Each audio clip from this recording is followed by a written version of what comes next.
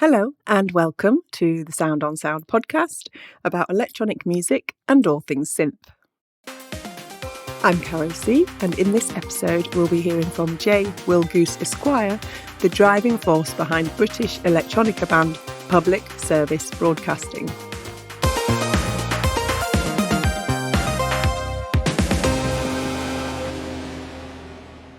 Since their debut album in 2013, Public Service Broadcasting have been using archival samples from the British Film Institute to uncover voices around subjects like the summit of Everest and the race for space. Every Valley, an album about the British coal industry, reached number 4 in the UK charts. We'll be finding out what gear and processes Public Service Broadcasting used to create their 4th album, Bright Magic, which has just been released. It's all about Berlin this time and more centred around guest vocalists. Bright Magic was written and recorded in Kreuzberg's famous Hansa Tonstudio recording complex. Here's a taste of a track from Bright Magic to get us started.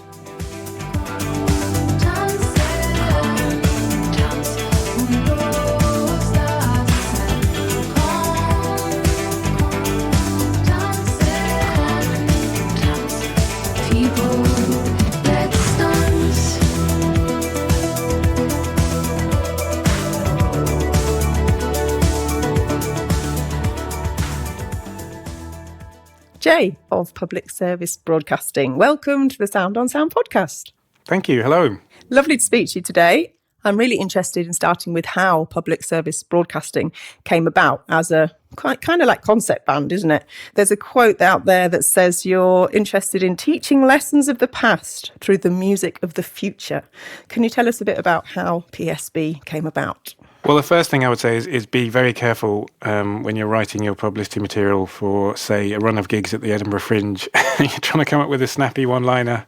I thought that was funny, but then a lot of people have taken it quite seriously, especially when you're talking to like foreign press. They go like, "So this is what you're doing?" Like, no, I was just being daft. But yeah, in terms of how it started, it was just me having given up on the dream of being in a band and being a professional musician and just thinking, right, well, I'll do something that's going to be fun for me and me alone then. Mucking around with some, sort of mostly electronic but sort of slightly acoustic elements thrown in music and hearing about some archive stuff that had gone on the British Film Institute website for the first time and thinking, oh, maybe I could use some of that in the way that, DJ Shadow or Jurassic 5 or even bands like the Manics have kind of embellished their music, I suppose, with spoken word samples. It seemed to add a kind of depth and a bit of character that I thought maybe this instrumental music was missing. So I just started kind of adding them to the music, and then from there it was just kind of a natural. It's a natural progression of a very unnatural idea musically, I think. So it was kind of using them for character first and foremost, and then starting to realise that you could use them to do much more, and you could, instead of just using them as kind of dressing, you could use them to tell a story, you could kind of leave narrative hooks in there, you could really kind of build much more of an emotionally resonant piece of music if you used them in the right way. And from there really going on to just kind of test and evolve the concept of what public service broadcasting as a band can be. But it just started with me mucking around really, and doing something for my own amusement rather than something that I thought was going to, propel me to, I don't know, the Dublin Castle or something. Yeah, and you have done some amazing live shows, and also, your albums have done well. There's 4 studio albums, isn't it, including the new one.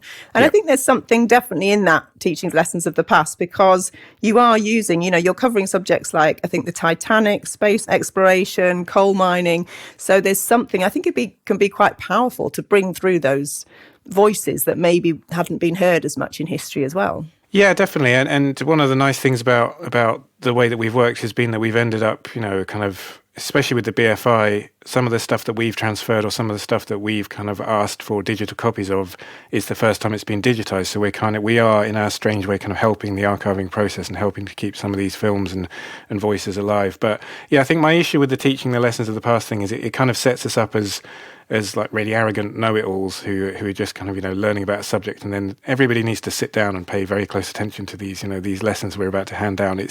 It's much more about kind of finding stuff that we find interesting and voices that we find interesting and sort of sharing them, and, in that kind of more sort of collaborative approach rather than sort of being overly overly kind of didactic, I suppose. Yeah, that's what annoys me about that quote that I wrote. And I think it's still on our website, so it's really my fault. But yeah, it's more sharing interesting experiences and interesting topics and interesting ways of looking at things, which is what all my favourite art and my favourite music does as well. So just trying to follow in those footsteps. Yeah, and how has the band evolved in terms of what gear you use, whether it's in the studio or live? Well, I mean, we've been lucky. The albums have done reasonably well, so we've been able to have a career in music, but also to, gradually expand the equipment with each release. So, the first record was made and mixed on a pair of Adam A6s, I think they were. They were B stock and they were mismatched. One of them was out of phase with the other, which is interesting. They had different kind of scales for the volume on the front. So the first two records were mixed on that, actually. And the first record was made on just a Motu, I think it was a ultralight Mark III or something. So, and then for the second record, I managed to get hold of a UAD interface and a Neve summing mixer. And then for the third record, I managed to double those. And we bought quite a lot of equipment for that because we kind of built our own studio in an old workers' institute in Wales for that record. And, kind of took all that gear to Berlin when I went there and bought a few extra bits and bobs as well, starting to get more into the world of kind of more tactile stuff, more analog stuff. So really, it started from very humble beginnings, and now it's quite a sort of, I'm very lucky to have the kind of the studio toys that we have. But for the most recent record, I bought a Deckard Stream synth, which is the Black Corporation thing, which really influenced the sound of the record a lot. And a Juno 106 and a couple of Space Echoes. And really, if you can't make a decent sounding record with those on board, then you probably need to get out of the music business, I think. Yeah, tell us a bit more about the tactile and analog gear that you've been able to accumulate. Yeah, I just find it a much more inspiring way of working. Obviously, it is a luxury, and you can have a very similar experience with digital, digital kind of interfaces and digital controllers for digital synths. But I just find when all the buttons are there in front of you, and when you can sometimes just by accident, just be mucking around with it and come up with an interesting sound, I found that much more inspiring and sort of improvisational approach to music. And there were a lot of things that happened on the most recent record, Bright Magic, that were about those kind of more happy accidents. And just the quality of the sound, I think, is a big factor in it as well. I think for me, just the richness of the sound that you get from the Deckard Stream, for example, or the Juno, the bass off the Juno is absolutely outrageous. So it's being lucky enough to kind of have got to the point where those studio tools are a realistic proposition rather than something you kind of dream about. Or go for the emulations. I have got the emulations and they are very good, but they're kind of good in a different way and slightly less playful. I think the good thing about physical equipment is it encourages you to be playful, and that's a good state to be in when you're trying to be creative. Yeah, definitely. And I think it links it to a physical more, doesn't it, as opposed to kind of cerebral or painting by mouse or that kind of way of approaching it. Yeah, definitely. And especially, just having a pair of Space Echoes to just send stuff into and just fit, actually playing them in real time and mucking around with the intensity knob and the, switching the mode selector knob and yeah, it's just fun. And it, you can get some really interesting results that just add a lot of texture and depth to what you're doing. So, yeah, when I listen back to the early records, I kind of like, wish we'd had all that then, but that's not how life works. Yeah. So are you more of a kind of have a jam session and see what happens and see if it turns into a track, or do you have a very definite idea of a track before you create it, if you know what I mean? I have an idea of what I'm trying to accomplish, I think, and I have a rough idea of the kind of palette of sounds and the general character of it that I'm going for. So and often I just have a little nugget of a musical idea that's kind of been floating around for a while. So with the first single off the new record, People Let's Dance, it just starts with a kind of, very little bass line idea, and that's all I had. But I was happy to leave it at that in my head for a long time when I was working on the record, just thinking, right, I know that song is going to have that to start with and it'll build from there. And it did build from there. It went from one little bass line idea to over 200 tracks in the final project. So it definitely did grow and expand. But often, yeah, most of our songs do just come from a tiny little idea like that. And then just kind of, it comes from layering stuff up in the studio, playing around with stuff, and just listening to what my ear is telling me kind of needs to happen, because often I can hear something without hearing it, if you know what I mean, and then I have to try and translate that sound into reality. And again, that's where I find the physical stuff helps with that, because it's just easier to kind of grapple with when you're trying to get a certain sound out of your equipment. And out of your head. Yeah. Yeah, and that's the hardest thing to do, because even when you get better at it, and I have got better at it, it still doesn't sound like you originally imagined. It's kind of what you were aiming for, but a bit different, which there's nothing wrong with that, but it's just a bit frustrating sometimes. And you mentioned the Deckard Stream synth. Can you tell me a bit more about that? I don't think I know that one. Yeah, it's a modern incarnation of the Yamaha CS80, which probably had its most famous moment on Vangelis's Blade Runner soundtrack. So it's named after the lead character from Blade Runner, Rick Deckard, Harrison Ford's character, and it's just a wonderful machine. It has many virtues over the CS80 in that you can pick it up with one hand rather than needing four people to move it, and it seems to be slightly more reliable, touch wood. So yeah, it's got that richness of sound. It's got that kind of unusual character to it that the CS80 has. It's definitely. It's a sound, if you're after that sound, that's where you get it. You're not going to get that from something trying to recreate it. I don't think it has a lot of kind of architectural oddities in the way that it's put together. And it's just such a rich sounding machine, from just one voice of it's an 8-voice synthesizer, but just one voice, you can just get so much kind of depth and warmth and character to it that it just changes the whole atmosphere of a track. And it's across every track on the record, and nothing else is, I don't think. So it really is imparting a lot of the mood and sort of character of the album.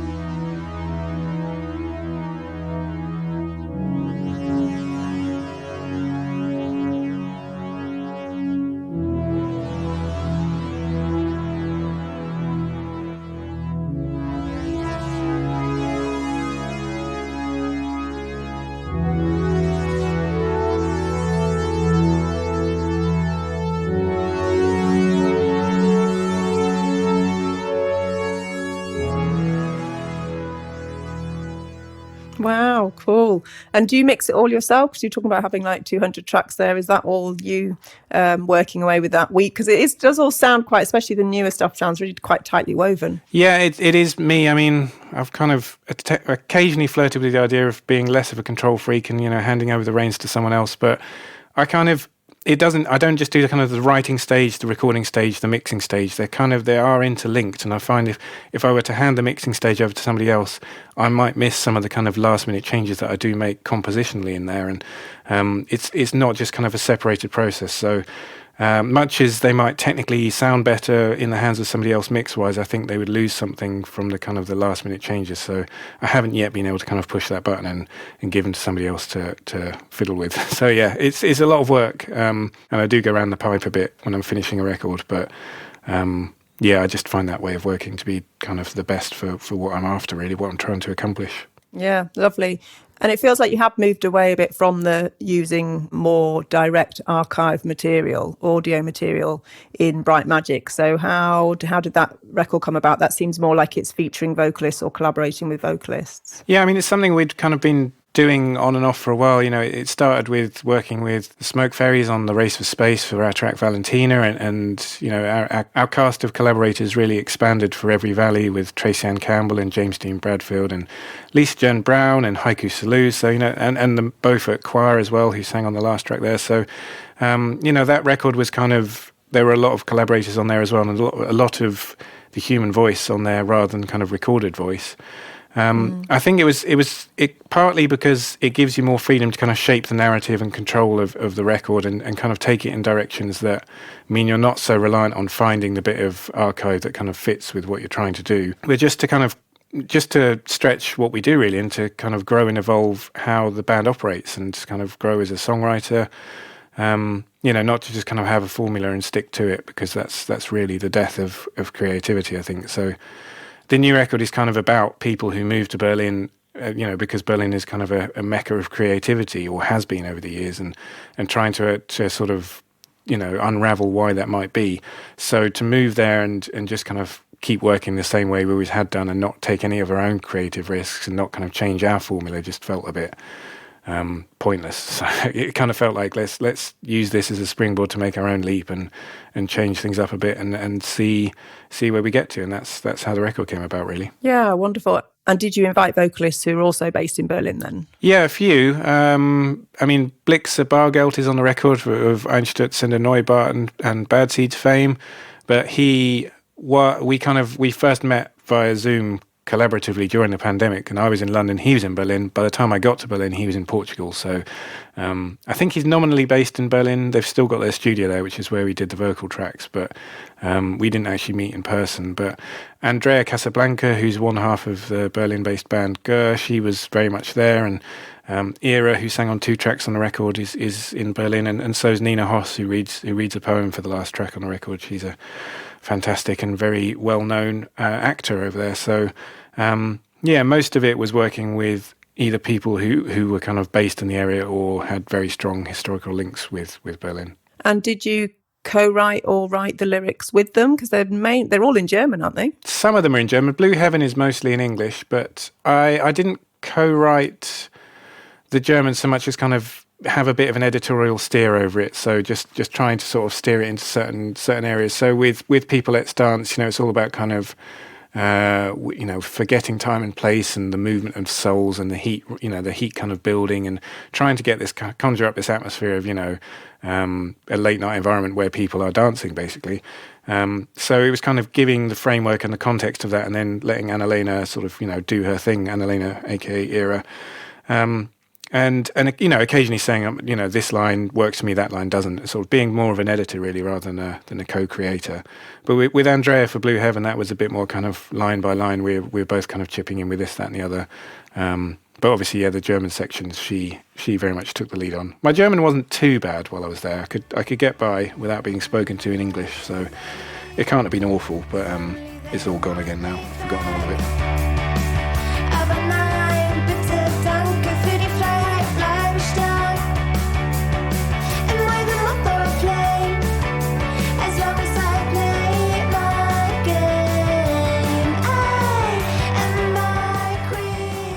So alongside, obviously, the music and your lovely equipment that you're able to use and the vocalists, what other kind of elements are in there within that weave of Bright Magic? Well, I should say, actually, before we get onto the stuff that we recorded ourselves, there are still extensive samples across the record, but they're not used in such an obvious way. So a key source of samples was Walter Ruttmann's film Wochenende, which is from the late 1920s, and was basically the first kind of audio collage. It's called a film, but there's no actual visual content to it. It's all audio. It's contemporary sounds of 1928 Berlin, all these voices, all these kind of sounds of industry and sort of, mechanical kind of collisions and clanging and just fascinating kind of audio snapshot of the time, really. So that's kind of woven through the record. You have these voices dipping in and out, and a lot of these, the industrial sounds are kind of chopped up and made rhythmic, or a lot of the bell sounds turned into percussion sounds, or some of the clanging made into cymbals, all that kind of stuff is going on. And it's kind of, I guess it's complemented by or slightly sort of set in opposition to our own recordings. Some stuff like the opening track is supposed to conjure up this kind of idea of Berlin as a swamp, before the city's actually settled and before this kind of metropolis emerges from the marshland. So, I went and kind of recorded lots of bird calls and kind of marshy bubbling sounds and stuff like that. And then you have these kind of mechanical sounds from Wochenende kind of bubbling up through that as the city kind of rises out of the swamp. So it's kind of, setting the scene for that and juxtaposing my kind of more modern but also primeval sounds against the more mechanical stuff from Ruttmann's film, and then just doing some really geeky stuff, really, that I found really interesting, but maybe other people don't. But the second track on the record is called Im Licht, and it's about an exhibition from the late 1920s in Berlin celebrating all things artificial light, really. Berlin was the main manufacturer of light bulbs for Europe and was the first to kind of really be fully electrified to the extent that it was. So I got hold of an electromagnetic field device thing called the Ether from Soma Synths, and yeah, that's so much fun. Wandered up and down Leipziger Strasse, which was the first street to be electrified, and just tried to capture these kind of electrical impulses and these little bursts of static, and they're kind of littered across the track, but took it one step further than that, and some of the little impulses and pulses that you get, I made a bass drum out of one of them, made an electronic bass drum sound that is in the track, and also manipulated the hi-hat sound sort of similarly. So it was kind of, the whole point of going to Berlin and writing and recording there was to try and kind of pick up, to be almost a receiver myself and to pick up all these sounds and atmospheres, and to do that with this little ether device, which is, capturing these electrical impulses and weaving them into and out of that track, I found just really satisfying and really, really nerdy way of kind of, doing in microcosm what the record in general was supposed to be about. Yeah, brilliant. I love those electromagnetic recording devices. It's just amazing what's going on that we don't hear or sense. I remember the escalators were they were definitely, there was a lot going on there. Yeah, I went on there was a sort of sound walk kind of thing that I did in Manchester, and we went round into the department stores, and the lit up kind of branding adverts. Really, they were quite special. And we were showing all the staff. They were like, "Oh my god, I had no idea. Yeah. My workplace sounded like this." Yeah, it's really good. It's kind of they sell that device as or they market it as to be able to hear the world around you properly or something. So yeah, it definitely kind of. It's an interesting experience wandering around with it. I don't think it's particularly expensive either, so if you're into that kind of thing, it might be a fun thing to do. Yeah. So what's your sampler of choice then? How do you like to manipulate those sounds into music, really? I do it all just in Logic, really. I kind of, get the raw audio in there and then just kind of, chop and slice and pitch shift around and time stretch some stuff and use sort of destructive audio techniques, I suppose. Reverse stuff, double stuff, kind of try and move stuff in the stereo image, and then for the stuff like making a bass drum out of this little impulse, it was kind of a little sound that went like, so just take one of those. I think I pitched it down a couple of octaves before putting it into the Electron analog rhythm, and then there just kind of adding, rolling off the frequency, adding a resonant peak, and just trying to build a cool sounding bass drum. And actually, it sounds remarkably good, I think. I was really quite pleased with the results of that. It's kind of a mixture of tools, I suppose. I also took, I did have the new Waldorf Iridium, which is their kind of modern, I guess, sort of semi-workstation, semi-kind of wavetable synth, and I kind of took some of the samples from Vocalist and some of the other stuff that we had done, and kind of made wavetables out of them, and then used that as the basis for a synthesized sound, which also struck me as quite an interesting thing to do. You probably can't discern it in any way on the record itself, but I know it's there, so it was good fun to play around with.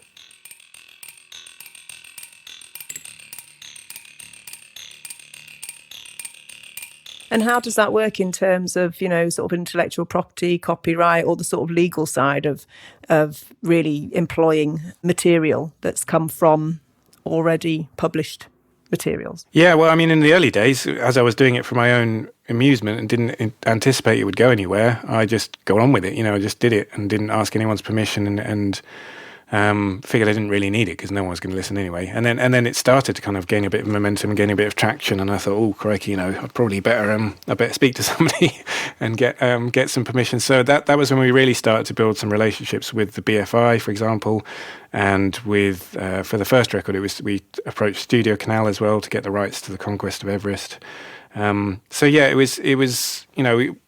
We were really lucky to find collaborative partners in people like the BFI and Studio Canal who recognised the position we were in and that we wouldn't be able to pay commercial rates of God knows how many thousands of pounds per 5 seconds or whatever, and could accommodate us, in a flexible manner. There are a few things for the new record that we wanted to sample, but if you run into these kind of massive bureaucracies, they just have ways of doing things. They just show you their rate card and you try and explain what you're doing and they say no. So some of these things have to stay off the record. But it's interesting because, recorded sound and recorded film is, we're kind of getting on for over 100 years since a lot of that started. So a lot of these people who created all this stuff have, they have expired plus 70 years. So the copyright has actually lapsed in some cases anyway. Ruttman died in 1943, I think, in the war. So his stuff is basically, it's in the public domain now, and more stuff drops into the public domain every year, which is fantastic. I think it's a fantastic kind of collaborative, inspirational way of working. And in music, I do find it slightly frustrating because in art, you can a collage is a valid art form. You don't have to ask anyone's permission to you can just create a collage. It can be anything. You are making a new piece of art by using it. But it doesn't work that way with recorded sound or with music, which I can understand some of the arguments for that. But at the same time, it does feel like copyright sometimes does stifle, it does sometimes stifle creativity, and a lot of these people who are the gatekeepers to these estates and archives just have the wrong kind of attitude in my eyes, considering they're looking after the estates of fundamentally creative people who might have been more collaborative and more open to the kind of approaches from oddities like us than they're kind of these modern day gatekeepers. It can be slightly frustrating when you get confronted with that kind of level of officiousness, but overall we've been very lucky. Is it 75 years and then music becomes... It's 70. I think it's death of the writer and then 70 years. In film it's a bit more complicated. It's the producer, the director, and the screenwriter, I think. Whoever dies last. They're kind of the benchmark for, whenever the copyright expires. So, and it all goes back to Jung talked about, the collective unconscious, the collective creative consciousness. Yeah.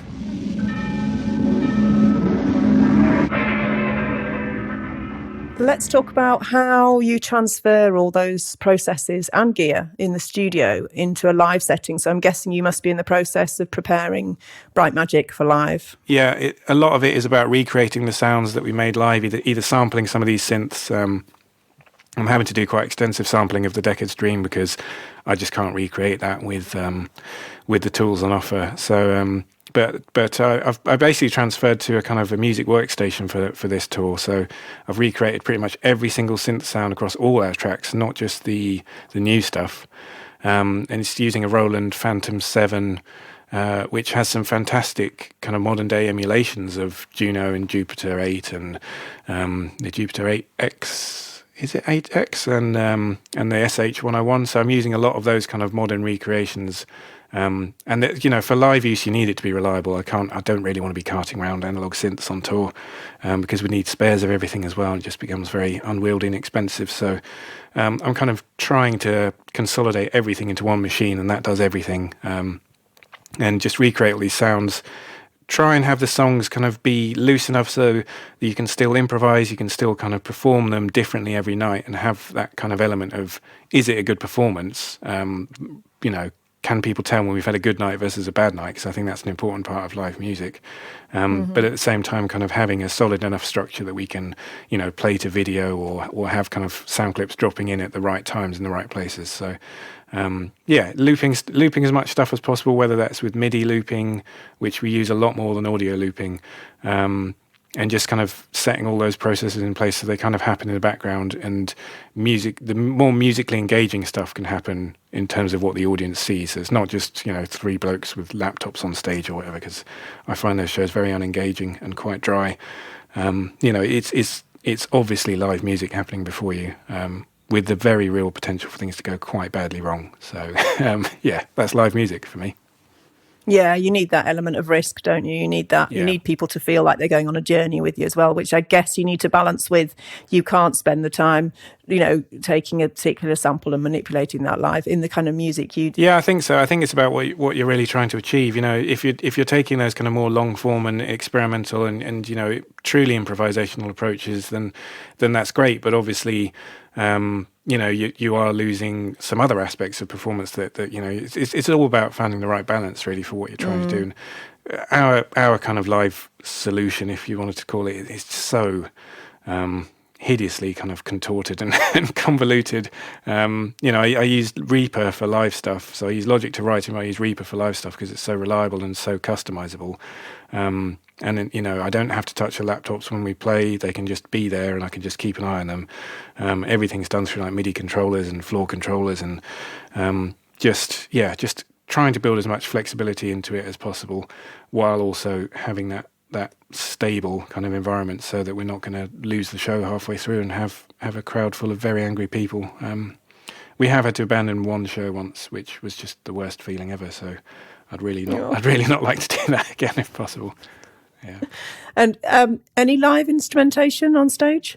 Yeah, we've got Wrigglesworth playing a full live drum kit, but also he's got the Roland SPD, so he can send me MIDI triggers, but also he's got samples on that. So we can loop some of his electronic kind of kits that would work in the background, and then he can drum on top of that. He's also got the Mallet Cat kind of MIDI percussion instrument, so he can play some synth lines on that, or he can do some vibraphone stuff, which again comes to me via MIDI. So he's got his hands full already. We've got Jeff Abraham, who is playing, not all at the same time, but he's playing across the set: bass, guitar, flugelhorn, keys, percussion. I think we're even adding backing vocals into the mix for the new show. So he's got his hands full as well. Some of his stuff loops as well. We do some live bass looping and some percussion looping. So, we're kind of layering stuff up as we go there. And now I've got guitar plus this keyboard plus occasionally a banjo plus, lots of buttons to press. And then Mr. B is kind of doing a lot of the video work live as well. So we are really kind of using our resources to pretty much a maximum, I think, and covering as much as we can of what's on the tracks live as possible. And because a lot of the tracks kind of layered and very, they do build up, we can kind of play a surprising amount of it live every night.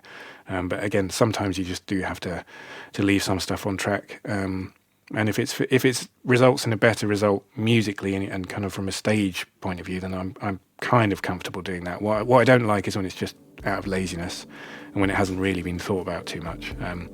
But we've definitely put the effort in. I think people can tell, hopefully.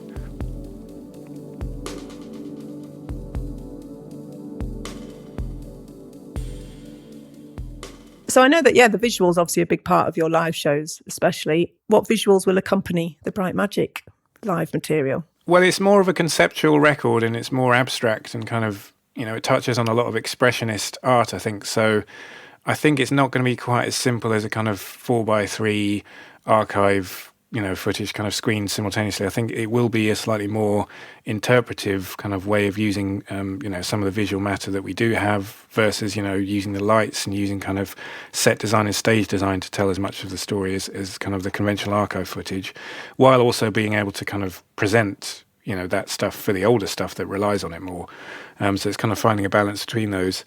There's a sequence of songs on the record called Lichtspiel 1, 2 and 3, which is light play 1, 2 and 3, and they're based on early expressionist films. So I think the intention is to kind of slice those up and perform them live as we perform them live. Lichtspiel 3, when we play it live, is just totally live. There's no click or anything. There's no kind of pre-recorded elements to it, so it needs to be done live. That's just what needs to happen. But some of the others we can kind of have maybe a bit more of a framework and play with the elements at our disposal.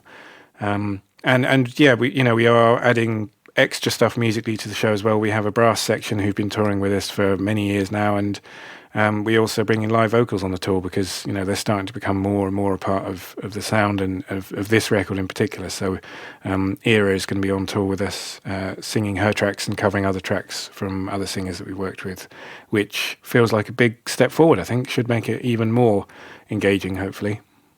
And where are you touring? Is it just the UK or elsewhere as well? Yeah, it's UK and dipping a toe into Europe, really. We're not there for too long. We're there for 7 gigs, I think. But yeah, most of the UK in October and November. But we are going over to Belfast, Dublin and Cork in January. So we're not quite doing the full UK because Northern Ireland, as our Northern Irish fans keep telling me, you can't. Yeah, if you call it a UK tour and not doing Northern Ireland, people get justifiably quite angry. So we're covering that a bit later. But yeah, otherwise, Scotland, Wales, England, should be coming relatively near to you if you're interested. So has Sound on Sound maybe contributed to your trajectory at all in terms of music production or recording techniques and all that kind of thing? Yeah, definitely. I mean, I think I use it. I use it as quite a practical resource, and I have kind of a few things that I just revisit many times. I'm kind of sat in my studio now, surrounded by some acoustic treatment that my dad and I made based on Paul and Hugh's article from like July 2005, I think, and they're still I wouldn't say going strong, but they're still operational and structurally intact, and definitely helping to treat this very unfriendly studio space and make it, workable in. There's that from a practical point of view, but I also just find sometimes I've just got technical questions and technical issues that, I mean, Hugh in particular is just, there's always a forum post with Hugh answering somebody's question about, calibrating this or, stereo panel or that or and I just find some of that when I get into the mixing process a bit more kind of in depth and start to trip myself up and go around in circles, sometimes I have to just come out of it and go, am I doing this the right way? You know, technically, have I got this configured how it should be? Are all the gain structures right? Are all the, all the ins and outs right? Is this the best way I could be doing it? So yeah, I think I actually asked for this most recent one. Why is my Juno working okay, plug straight into my UAD stuff, but some of the other stuff isn't? And Hugh came up with the answer. It was something to do with unbalanced outputs, and yeah, it was very helpful because I had no clue what was going on. I was like, is the synth broken or what? Yeah, anything to do with impedance, my brain just goes, nope. Find someone who knows the answer, and there's always someone in the forum, definitely. Fab. Excellent. Great. Thanks a lot for your time today, Jay, and all the best with the touring and release of Bright Magic. Thanks very much, Cara. Cheers. Thank you for listening, and be sure to check out the show notes for further information, as well as links and details of the other episodes in the electronic music series. And just before you go, let me point you to soundonsound.com/podcasts, where you can explore what's on our other channels. This has been a Caro C production for Sound on Sound.